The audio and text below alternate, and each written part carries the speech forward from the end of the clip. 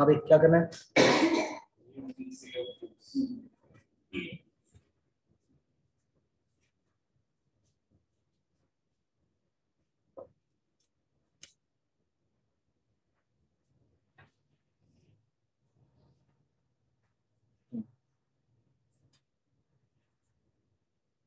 Three b. हाँ जी।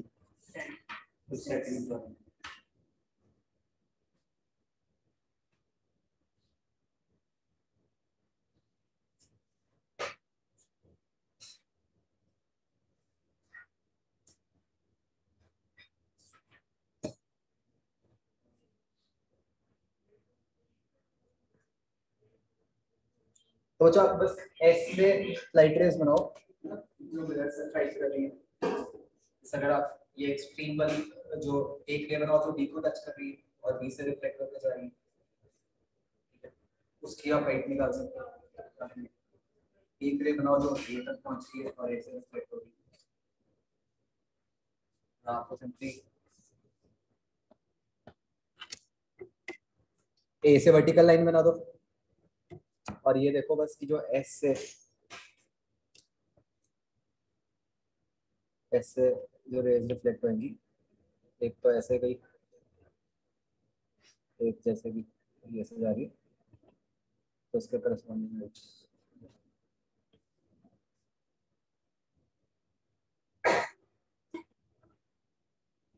हाँ बच्चों आगे।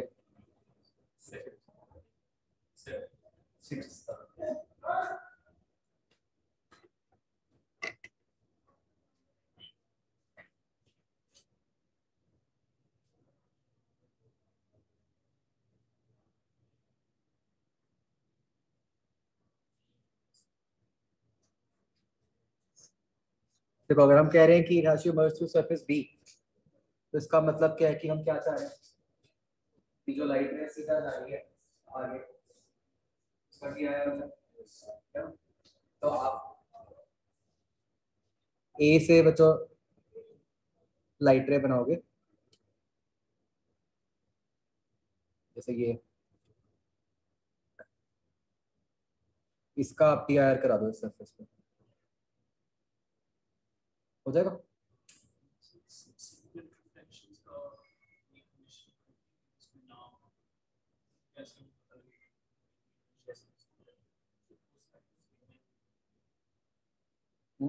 क्या बोल रहे हो?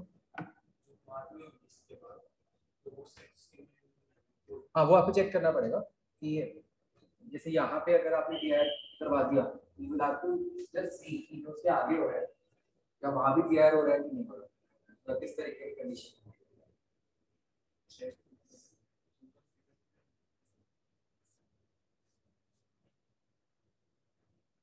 जैसे ये तो स्फेरिकल सर्फ ऐसी बन गई ना, सर्कुलर बन गया, उससे कुछ इजी निकल के आता है, चेक तो करना पड़ेगा कि भाई जैसे यहाँ पे ऐसे हो रहा है तो इस पॉइंट पे नॉर्मल बना के चेक हो जाएगा कि सेम चीज हो रही है।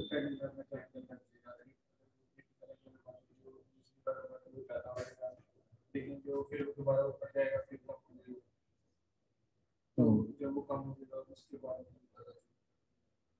कम होगा, इसलिए से जितना बड़ा तो उतना कम होगा।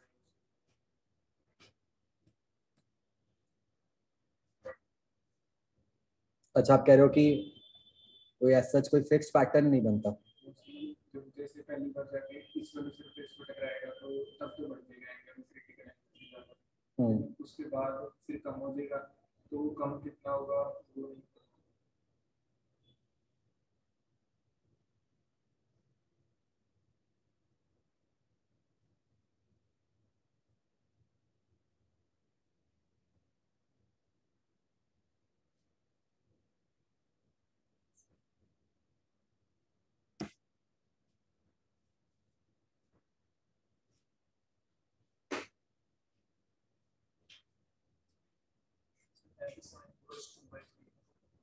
हम्म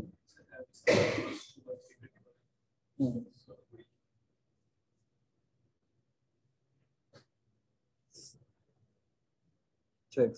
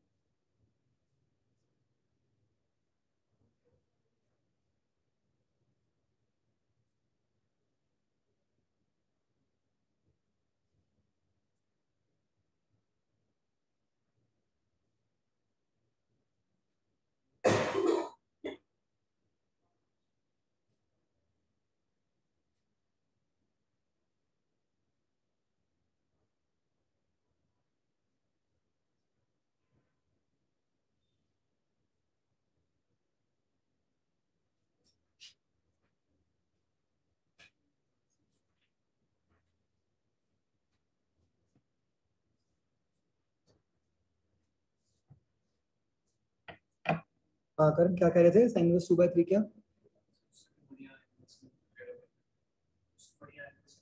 प्रॉपर नहीं कुछ ऐसे बनता।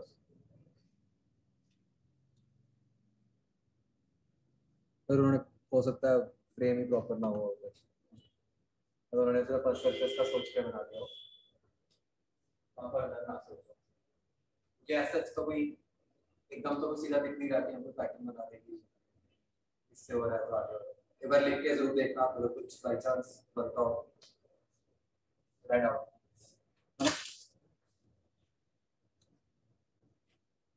हाँ जी नेक्स्ट बच्चों 7th।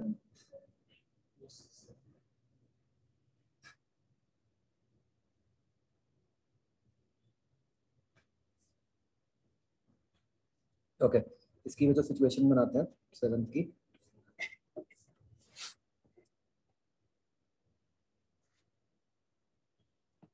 एक फिश है जो 4 से ऊपर जा रही है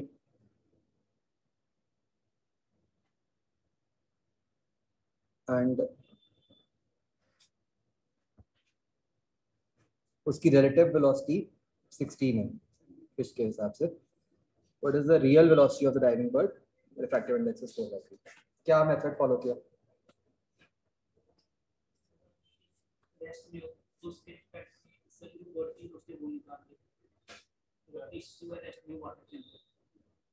अच्छा जैसे मान लो अगर हमने फिश को रेस्ट पे किया फिर क्या होगा उससे?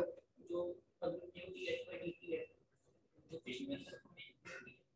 मतलब अगर मैं फिश को रेस्ट पे रखता हूँ तो फिश के प्लेट में बर्ड की वेलोसिटी क्या होगी?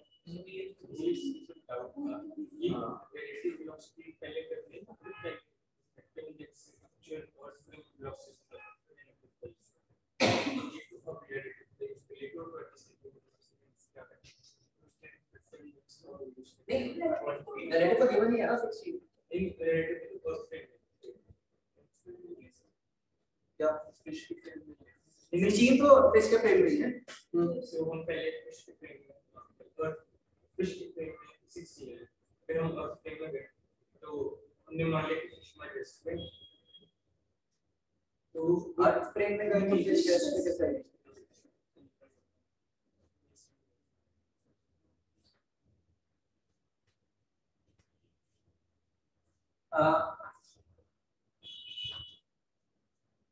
हाँ जी क्या मेथड क्या है? फिश क्या उसको रेस्ट में मान लो, फिश के एक्सपेक्ट में देखो मतलब फिश के फ्रेम में आप हाँ जैसे फिश के फ्रेम में उसको 12 से आते हुए दिख रही है 16 से आते हुए दिख रही है बट तो लेकिन सर अगर ऐसे तो अंत में मान वाटर चला गया जो मुझे वाटर के अंदर जो फिश जो हो रहा है वो 12 सेंटीमीटर पर सेकंड से लेके एक में आ जाओ वाटर के अंदर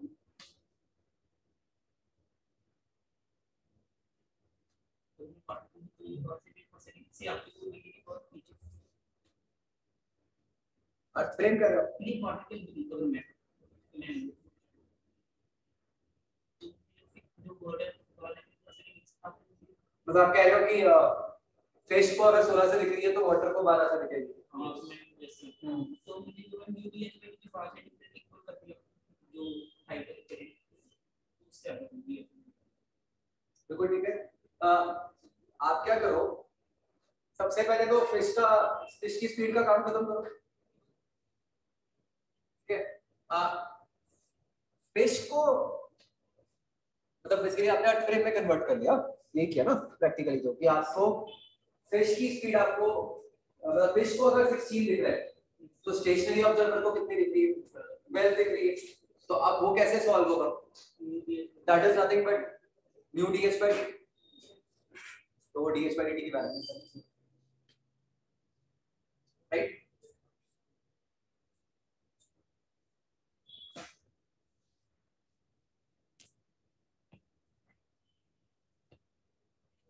आगे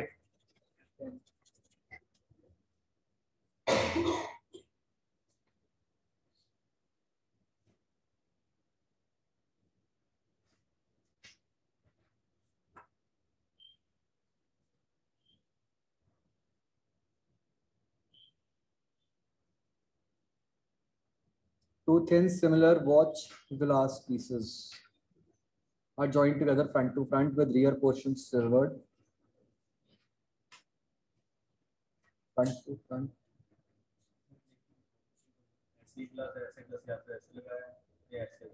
मतलब effectively तो I think वो ये कहना चाह रहे हैं कि लेंस कि उसकी एक साइड सिल्वर्ड है ना, probably यही मीनिंग है. If air between the glass pieces is replaced by water, calculate the distance through which object must pass. हाँ.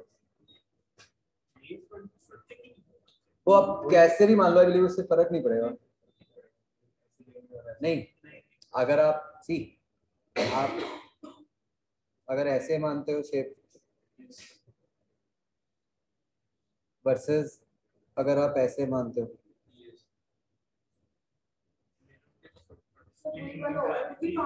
मिरर का फर्क पड़ेगा. पानी बीच में है. ये वाला अगर होगा तो यहाँ बीच में कुछ नहीं डाल सकते ना, तो ये तो होगा नहीं, तो यही वाली वॉच क्लास प्लेट होती है, तो प्लेट को ऐसे रख सकता हूँ, पानी बीच में डाल सकते हैं, ऐसे रख के.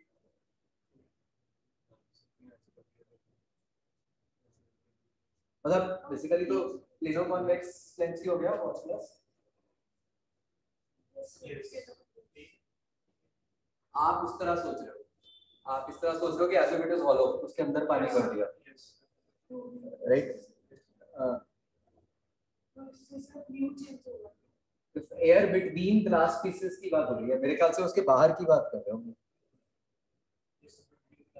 मतलब ये वाले रीजन की. मतलब उसको अंदर खोल के थोड़ी डालेंगे पानी, करने को तो कुछ नहीं कर सकते हो, बट फिर लेंस का वो पता मिल जाएगा ना. फिर तो आप प्रैक्टिकली ये कह रहे हो कि ग्लास की जगह हमने क्यों चेंज कर दिया. अगर आप क्या उसे मैं सोच रहा था कि एक और ऐसा लेंस बीच में डाल दिया जिसका ये उससे लेंस में थोड़ा और क्लियर होना चाहिए था. वॉच ग्लास का मतलब स्ट्रेट होती है सर, नहीं चल ये बड़ा देखो तो मतलब दोनों फ्लोर की सरफेस है. आप इनसे एक वॉच ग्लास की मैं तो एक सीधी ऐसे ही है, तो मैंने जो फोटो देखी थी मतलब नेट पे, तो उसमें दोनों ही सरफेस के ऊपर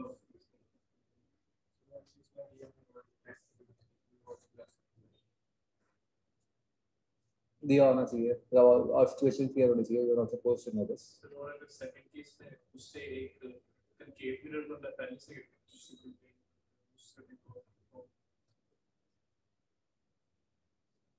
किसी ने आंसर निकाला होगा ना, कैसे निकल रहा है.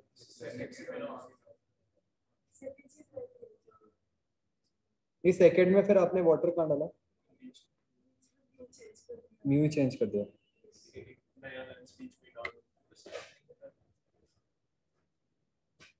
एक बार फर्स्ट से करना बच्चों.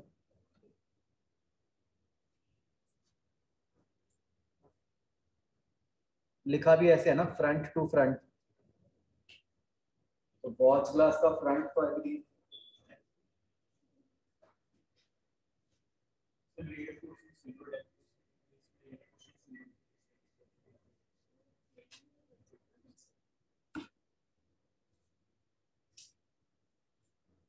चलो कह रहे हैं, पता तो आपको है क्या करना है. इसमें कुछ ऐसा तो कुछ नहीं है ना. आगे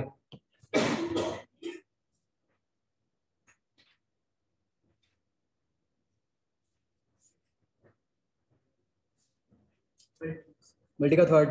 for refraction of light through prism, for every angle of deviation there are two angles of incidence. Minimum पे नहीं होते है ना, तो ये गलत हो गया. Light traveling inside an isosceles prism is necessarily parallel to base. Yes. True. There are two angles of incidence for maximum deviation. True. एक 0 और एक 90. Fourth, angle of minimum deviation will increase if the refractive index of prism is increased, keeping the outside medium unchanged. Yes. ऐसा है ना.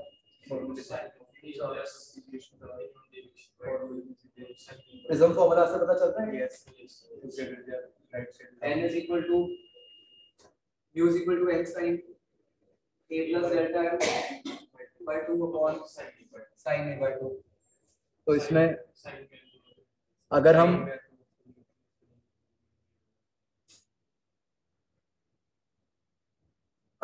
n increase करेंगे, क्या होता है formula, n is equal to sine of, ये होता है ना,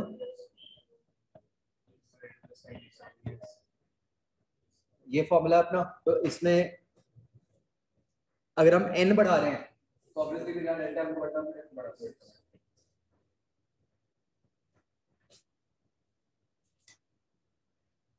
और कौन सा कह रहे थे, 6th।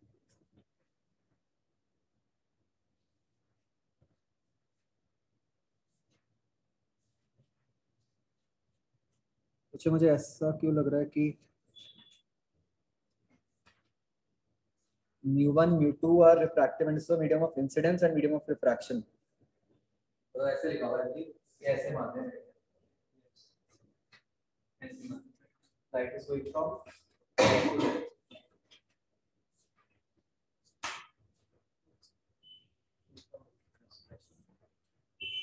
फिगर में भी मतलब ये लिखा है ना कि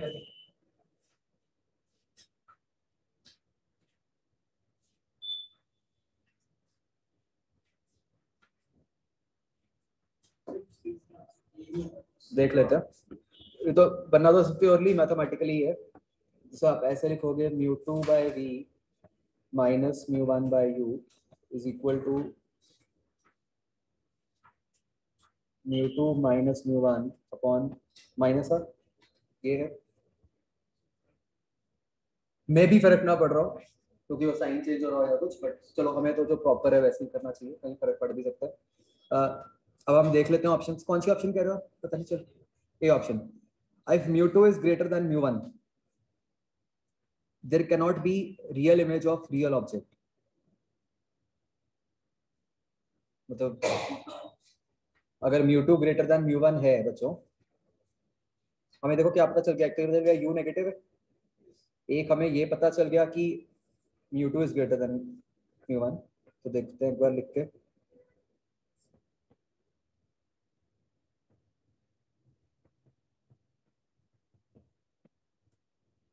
ये दोनों टर्म्स ही नेगेटिव है, राइट हैंड साइड पे दोनों टर्म्स नेगेटिव है, इसका मतलब आपका भी नेगेटिव आएगा।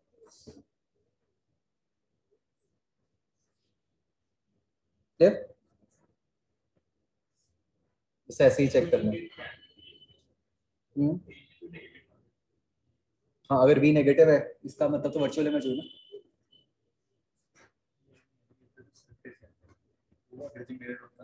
हाँ वो तो उल्टा ले लिया होगा रियल वर्चुअल। आगे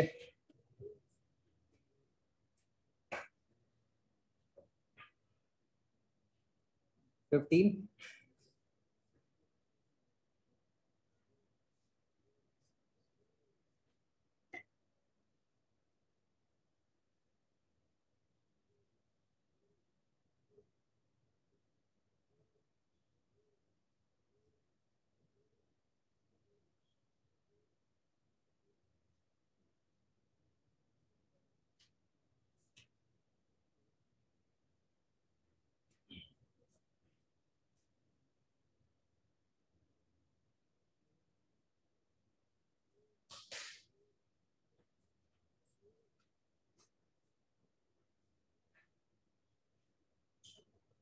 ओके।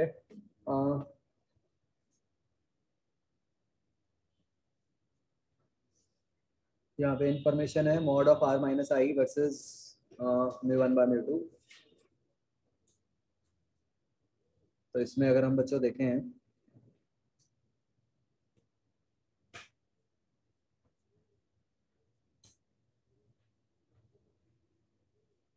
एंगल आई 60 है।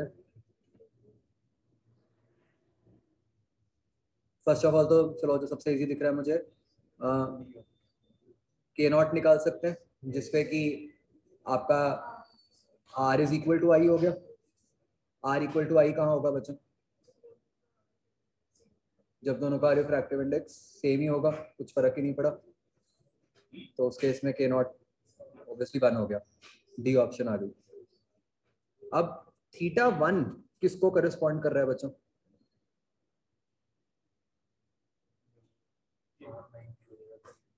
मतलब इसका लेफ्ट मोस्ट एक्सट्रीम की बात कर रहे हैं हम। वो मतलब वो आखिरी केस जब तक जस्ट रिफ्रैक्शन हो रही है, इज इट?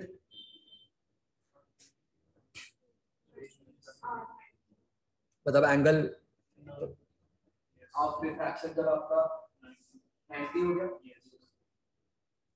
सीधी सी बात है ना, एंगल ऑफ रिफ्रैक्शन आपका कितने से कितने वेरी कर सकता है? अगर हम ऐसे सोचें, अगर आप ऐसे इंसिडेंट करवा रहे हो, आर कहां से कहां वेरी कर सकता है? आर की मैक्सिमम वैल्यू क्या हो सकती है? 90 हो सकती है। आर की मिनिमम वैल्यू क्या हो सकती है?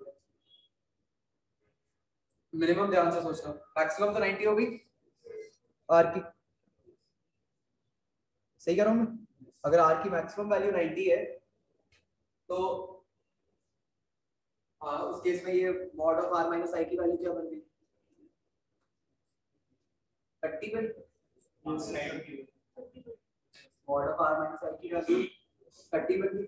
तो एक तो केस 30 को करस्पॉन्ड कर रहा है, दूसरा लिमिट क्या होगी बच्चों?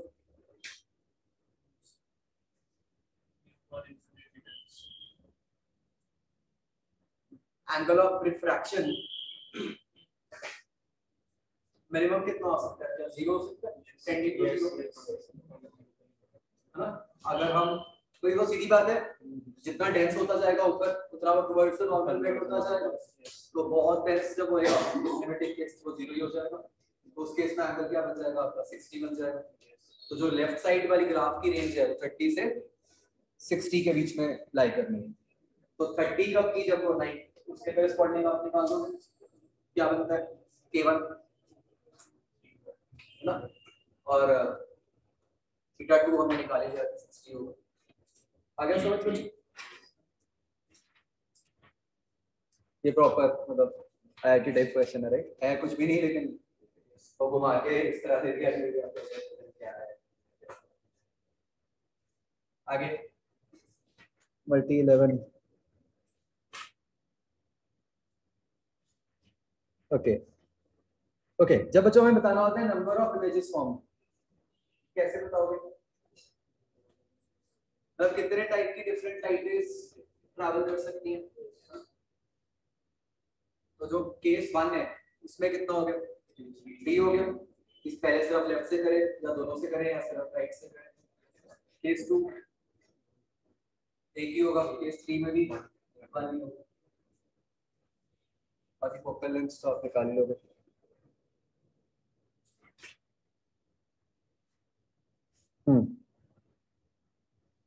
ये हो गया मैट्रिक्स।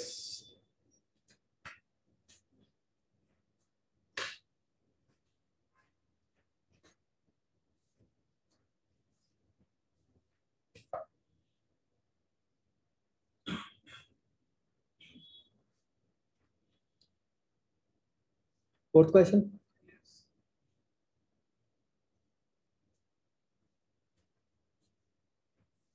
कुछ ऑप्शन में देख रहे हैं, देखते हैं। Object lies between -∞ and f1, तो इमेज कैसी बनेगी? दो केस हो सकते हैं ना, मतलब उसमें या तो 2f तक लाई कर रही हो या 2f से f में लाई कर रहा हो। अगर तो 2f से पीछे है तो इमेज कैसी बनेगी? डिमिनिश बनेगी। और अगर 2f से f के बीच में हो तो मैग्नीफाइड। यस, 2f से f में ए मतलब आप a 2f ही है। a क्या है point? 2f a is 2f, हाँ, तो a और f1 के बीच में मैग्नीफाइड बन गई, मतलब रियल मैग्नीफाइड। तो ए ऑप्शन के करस्पॉन्डिंग यहां से क्या आ गया? जे के इन्वर्टेड भी हुई, जे के एल आ गया।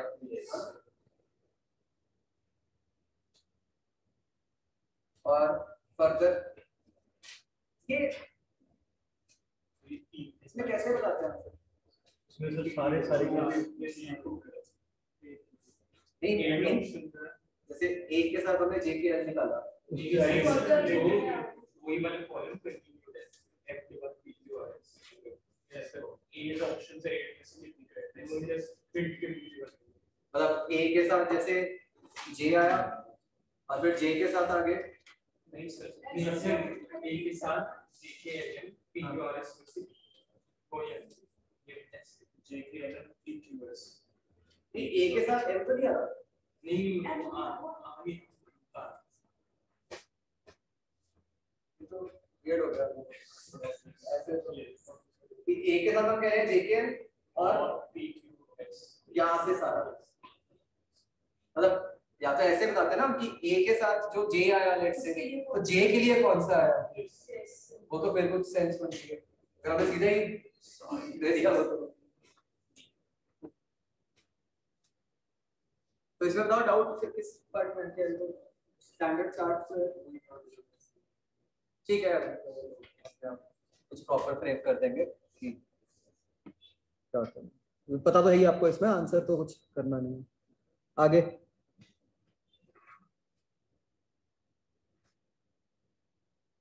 ये बच्चों कॉम्प्रिहेंशन मुझे अच्छी लगती है इन द सेंस कि मतलब जैसे chromatic aberration is like border line base जैसे ऑल इफेक्ट वाली चीज है कि ऐसे सिलेबस में नहीं है बट सुना हुआ सा है कुछ है ना और उन्होंने बता दिया कैसे करना है तो ये भी नहीं है कि तो और कैलकुलस यूज हो गया सही है उस हिसाब से ना बिल्कुल याद कुछ नहीं रखना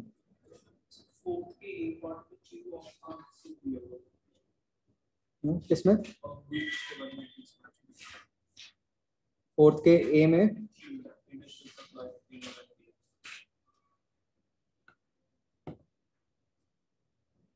तो करेगी लाइफ ना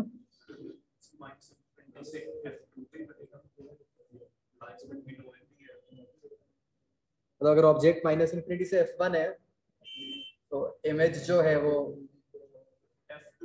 f2 से इन्फिनिटी होएगी ना और क्यों ऑप्शन डी है ए में क्यों तो नहीं आ रहा आप बच्चों मतलब आप ना उस तरह से आंसर करो पार्ट वाइज मतलब ए के साथ अगर जे आ रहा है तो जे के साथ क्या आ रहा है दैट मेक सेंस अदरवाइज तो कुछ वो बनेगा नहीं वो आंसर बहुत सारे बन जाएंगे ए के साथ जे के साथ ये ए के साथ के साथ ये कितने आंसर बन गए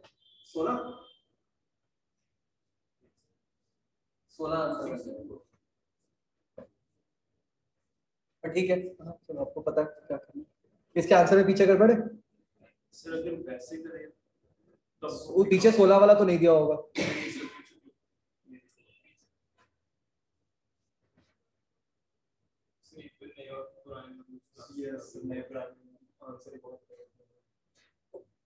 हाँ करेक्ट किया होगा इसमें देखना करेक्टेड आंसर क्या है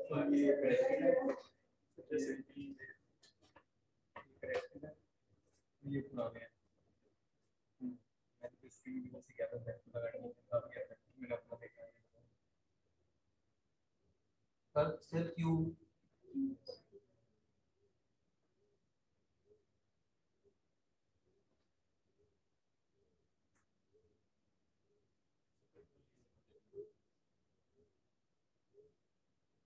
सिर्फ क्यू है या और भी कुछ है पी क्यू नहीं आ रहा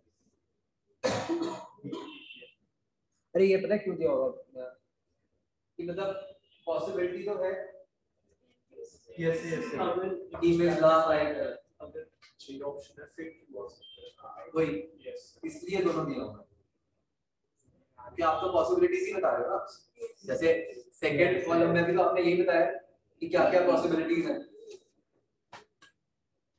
यस ऐसे ही आप थर्ड में भी वो बता रहे हो कि क्या क्या पॉसिबिलिटीज है ऐसा हो सकता है कि इमेज और बी के बीच में लाई करे ऐसा भी हो सकता है कि इमेज और बी के बीच में लाई ना करे उस हिसाब से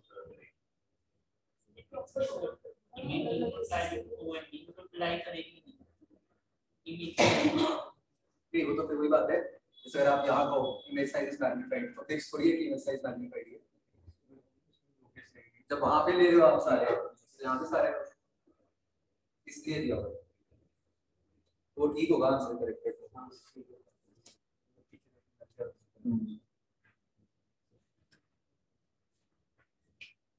ये ना बच्चों, इससे मुझे एक और बात भी आप याद रखना।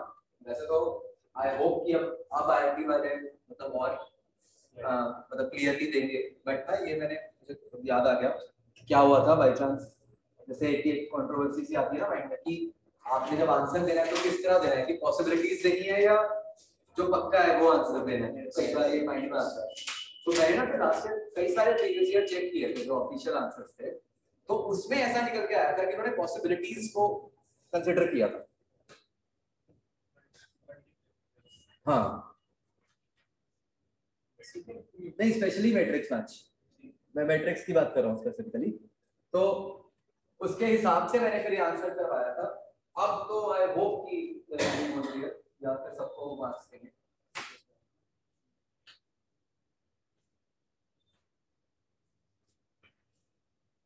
आगे हो गया खत्म, बस यही था।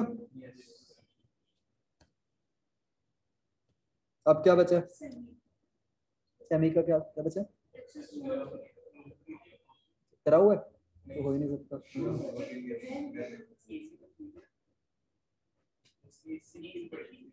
कर ले टेसी, कर ले डिस्कस। एक ही डाउट था वो जो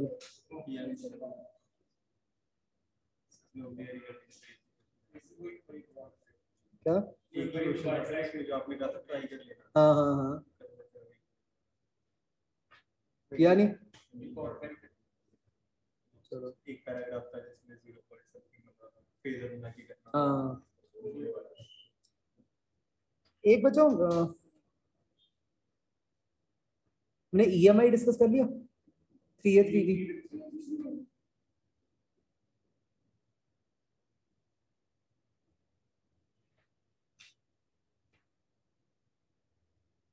इसमें ईएमआई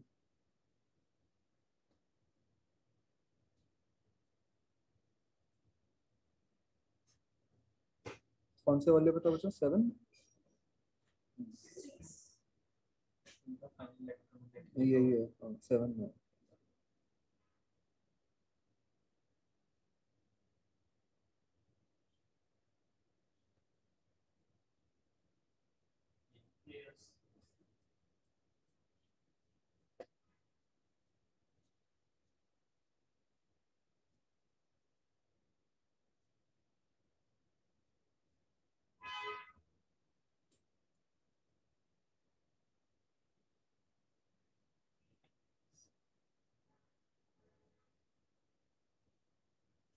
अच्छा जो 4th क्वेश्चन है ये कैसे किया था?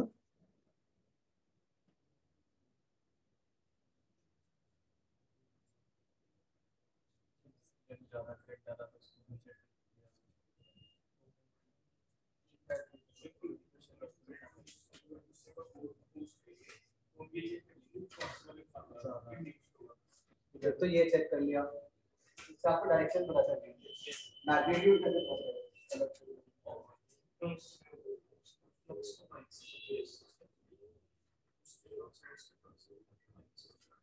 मतलब net d phi by dt है अपॉन टोटल।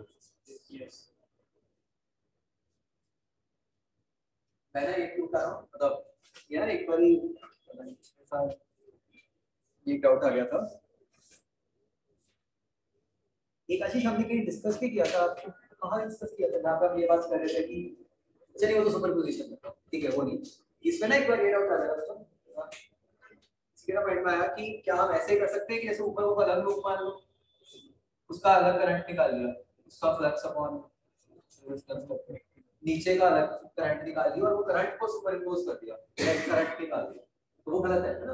हमें क्या करना होगा, तो हम किसी भी सर्किट में नेट वोल्टेज अपॉन रेजिस्टेंस करते हैं ना, so you will find in a way net d phi by dt and divided by total resistance.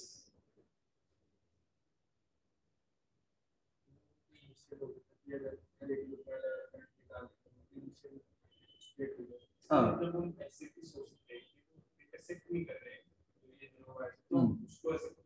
खोल के भी देख सकते हो बिल्कुल।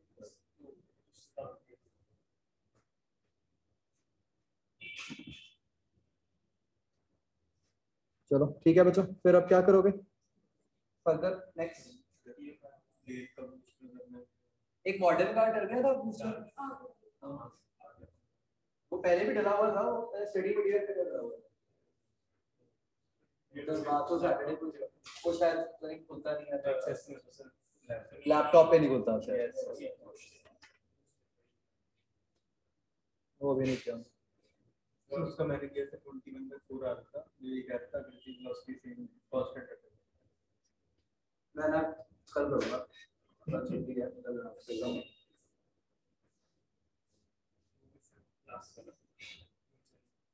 हाँ वो मुझे याद है, तूने करो। और फिर क्या बचे? मॉडल कितना बड़ा है बच्चों? उससे मॉडल 110।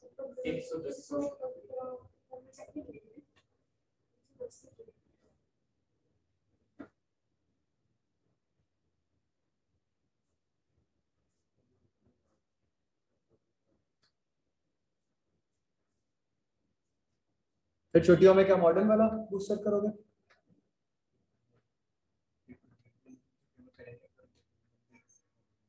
मैं ये सोच रहा हूँ क्या छुट्टियों में फिर उसके बाद से जो आपका प्लान बनाऊंगा ना, वो consistent with your board exams का, कि 1 दिसंबर तक आप जो रिवाइज करो, हम वो टर्म 1 रिवाइज करें। कीबोर्ड देने कब से है कीबोर्ड? 8th ऑफ तो आ गए फिर। यस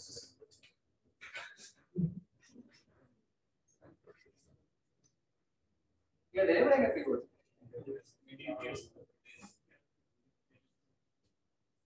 फिर तुम उसी में उलझ जाओगे उसके बाद। उसमें छुट्टियां कम नहीं है तो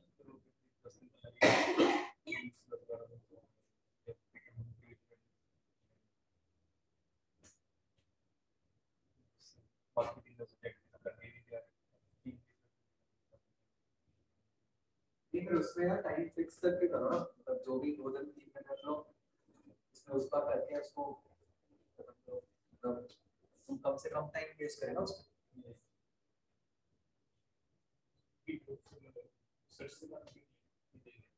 क्या ये वाले दे दो ना, मतलब एटलीस्ट फिजिकल एजुकेशन ये करके दे दो। बाकी बिना प्रिपरेशन के दे दो, मतलब एल्गोरिथम दे दो ना, उसमें तो टेंशन नहीं। पास ही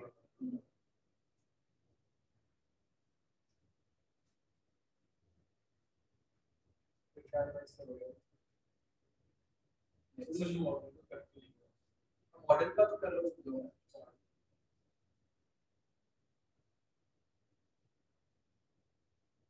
आप ऐसा करना, जिसके पास कम टाइम है कुछ ना, वो सिर्फ ऑब्जेक्टिव वाले मुझे पता नहीं है तो उसमें क्या था, तो सब्जेक्टिव मत करना उसके, बस ऑब्जेक्टिव ऐसा मेरे को पता नहीं है।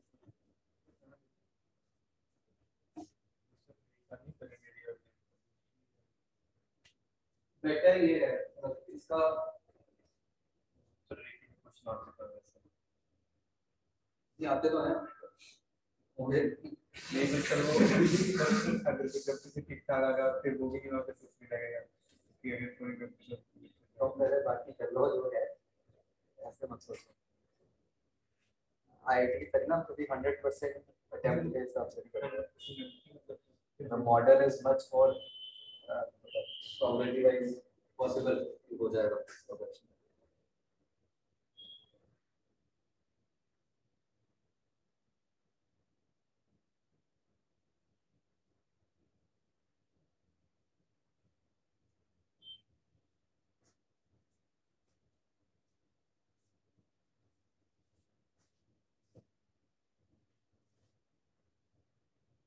क्योंकि वो मैं बता रहा था आपको, जो दूसरी शीट्स दूंगा ही बाद में, तो उसमें वो सारे कवर तो हो ही जाएंगे।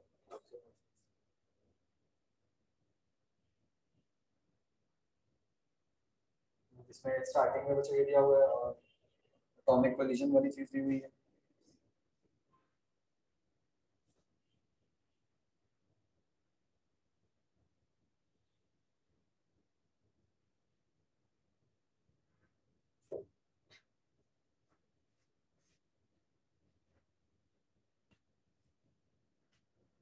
देखते भी है बच्चों, अरे हो जाएगा, करना फिर जितना भी हो जाएगा, फिर उसके आगे का देखते हैं स्टॉम वन के अकॉर्डिंग प्लान करता हूँ।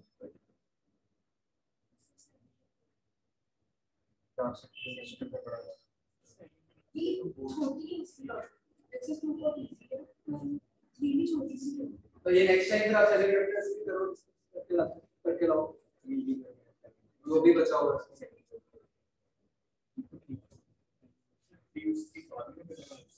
सेमी की हमें कहने लगा था कि 3 की जरूरत क्या है। लेट मी सी,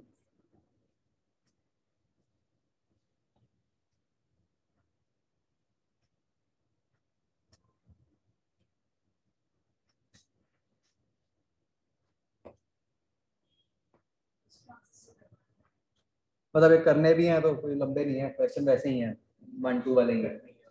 ये बनाई भी हमने ऐसी थी, मुझे याद है 1-2 से निकाल के 3 बनाई थी। इसमें लंबा नहीं होता क्वेश्चन, इसमें टफ नहीं बनता क्वेश्चन, ये तो वैसे ही है कि चलो just for practice. Anyways it's not important right now, पहले तो आप दूसरा कर लो।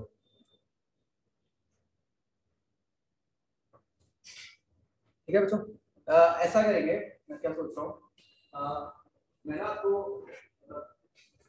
केवीपी वाले के जो प्रीवियस ईयर क्वेश्चन है उनकी प्रैक्टिस करवाना चाहता था, not for the purpose of KVP वाले, बट उसके क्वेश्चंस वैसे बहुत अच्छे होते हैं केवीपी वाले के, तो वो मतलब एडवांस के हिसाब से बहुत अच्छे क्वेश्चंस हैं। तो वो हम ऐसा करेंगे कि जब आप छुट्टी के बाद ना मैं आपको उसकी प्रीवियस ईयर की शीट दे दूंगा टर्म 1 के हिसाब से, तो वो आप क्वेश्चंस कर लेना, दो काम हो जाएगा। ठीक है फिर बच्चों,